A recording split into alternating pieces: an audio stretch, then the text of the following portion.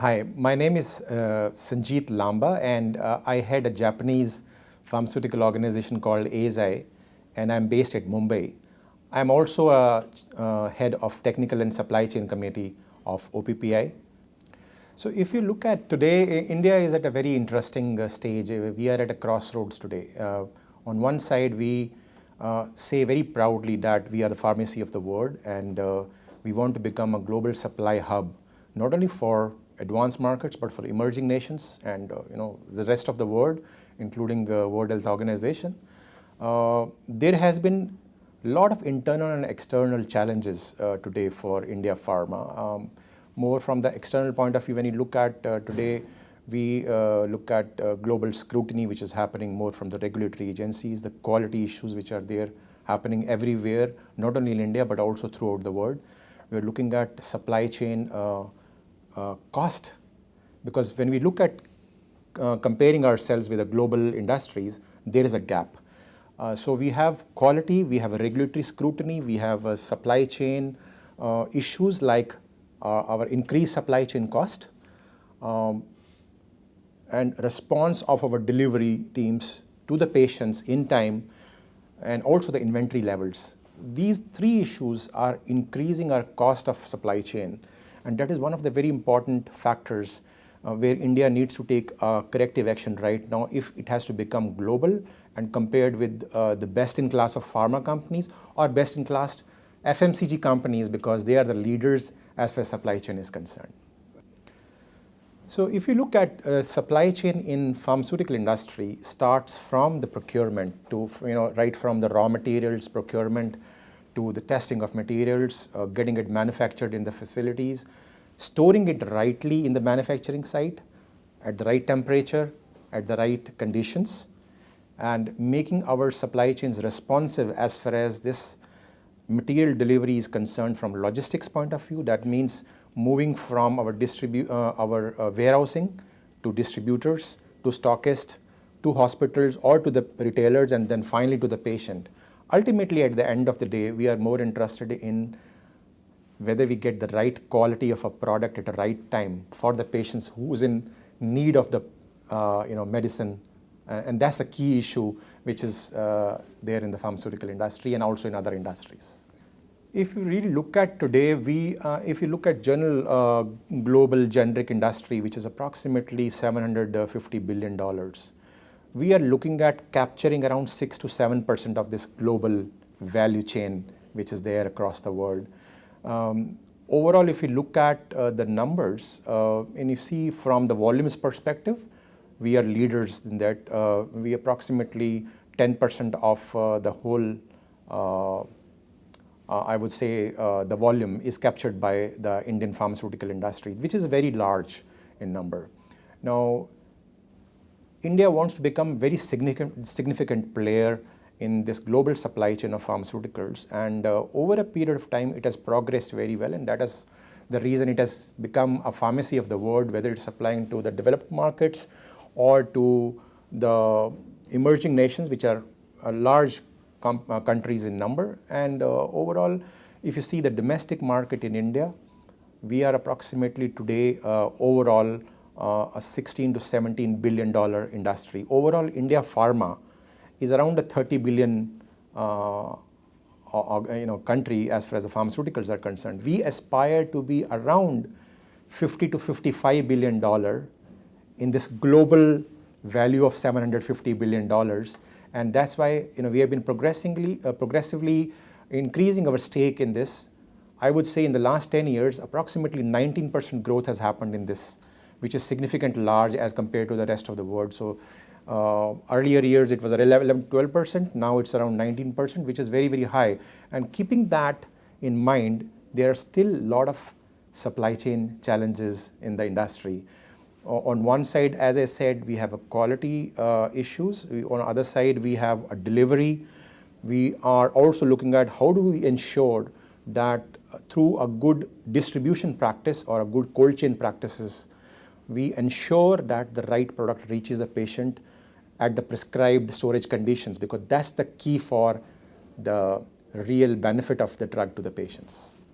So if we really look at overall the supply chain in the pharmaceutical industry, as I said, it starts from procurement and manufacturing industry. So whatever issues today we are facing in the industry, part of it is related to the input materials. So we really have to work hard on ensuring that we have a control on availability of these raw materials and also active pharmaceutical ingredients, which are basic drugs, to ensure that we have a full control on the availability and also the cost of these materials. Recently, we have seen a large focus at the government level and also at the industry level to change what has been the forte of the Chinese industry to supply APIs to India. So a lot of work has been done and a lot of is in progress by various stakeholders to ensure that large clusters of API industry are created in India so that our reliance on imports is reduced. So that's one part. So there also we look at quality is very important. So most of the organizations, we face a lot of time in ensuring we get the right quality at the right time. If we get a bad quality of a product, which is again going back to the same cycle, it creates a large stress on the system as far as the costs are concerned, because you have to run the cycles again. So right quality at the right time is the first point. Second point is in our labs, we need to create automation. We need to create first time right situations so that we don't have failures. A lot of supply chain cost is built up into these areas, because if we have failures at the raw material stage or at the finished product stage, there's a lot of waste and scrap which is getting generated in the system. The best in class companies worldwide give more stress in the inputs and less on the output. And that's what we need to do now, because we need to be a mature country as far as the pharmaceuticals are concerned. The next stage remains is warehousing. So whether it is our own warehouses within the pharmaceutical industry or external warehouses which are created to ensure that our materials are distributed from these larger warehouses across the India, we need to ensure that we create automation, we create good storage practices, we create good distribution practices.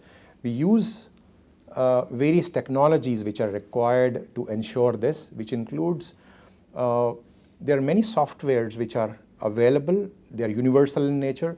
We need to get hold of what is going right and what is going wrong in the system. If we have a good control on this, we can ensure that our distribution is going on a right track.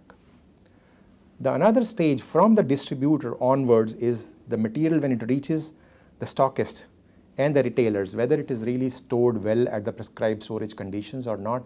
That's, I think, the responsibility which we all have to take by the industry, by associations, by the government, and we have to increase our monitoring and enforcement to ensure that the right quality reaches the patient.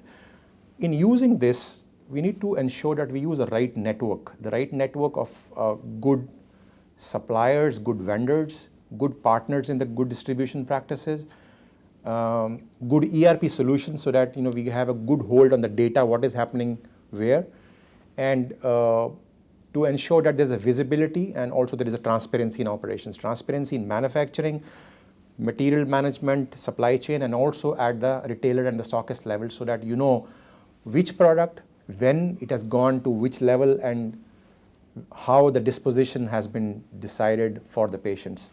And in case something goes wrong, we should have a good system in place to ensure that we have a good recall back, and we should be able to recall the last product which is there in the market, so that if there is a risk because of any reason, we are able to control, we are able to mitigate that risk and pick the product so that the patient is not affected. So I think these are the various areas which we need to focus on to ensure that we create excellence in supply chain management as far as pharmaceutical industry is concerned. There are many models available. People are working on different strategies, but I see there is a gap between a strategy and also the practical implications. And this gap is what we need to control by following best practices. Yes, so if you look at today, for example, Indian pharmaceutical industry, the supply chain, as I said earlier, the first part is quality and regulatory affairs part. On one side, industry as well as the government is focusing a lot on ensuring that right quality is available to the patients, but it's not easy.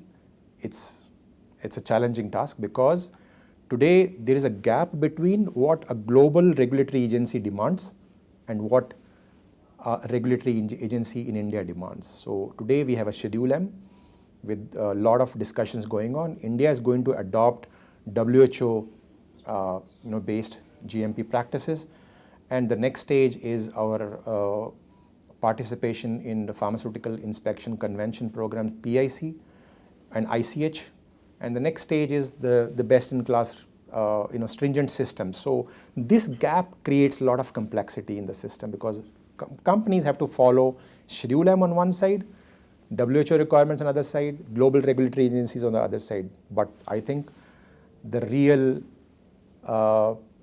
opportunity for us today is to how do we really harmonize this and come to one platform so that come what may, whatever the system requires, we follow only one system. So that's something which is the first challenge. The second challenge is the kind of a complexity which I was talking because of product proliferation which is happening. There's also a lot of supply chain fragmentation which is there in the market. I'm saying is the kind of products which are available, the kind of a disease and therapy areas which are emerging. For example, today if you look at India, diabetes, cardiovascular, cancer, communicable diseases, antibiotics, these are the major focus areas for us.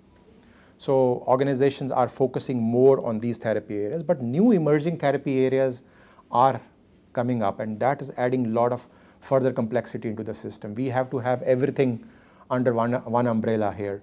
So that's the second part. The third part is, if you really look at from the kind of a complexity which we have on the distribution front.